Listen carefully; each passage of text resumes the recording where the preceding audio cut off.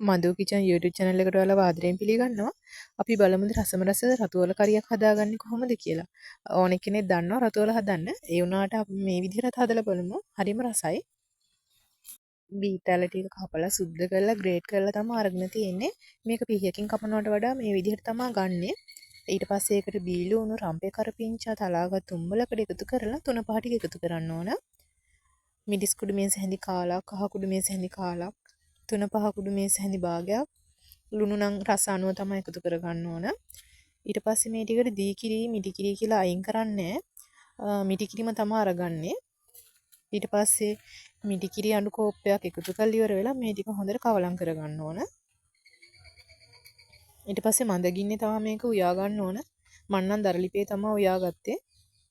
මේ විදිහට ගානට හිඳෙනකන් උයා ගන්න ඕන. මේ තමයි අපි හදාගත්ත බීට් එක. වීඩියෝ එක හොඳයි කියලා හිතෙනවා නම් මාව subscribe කරන්න.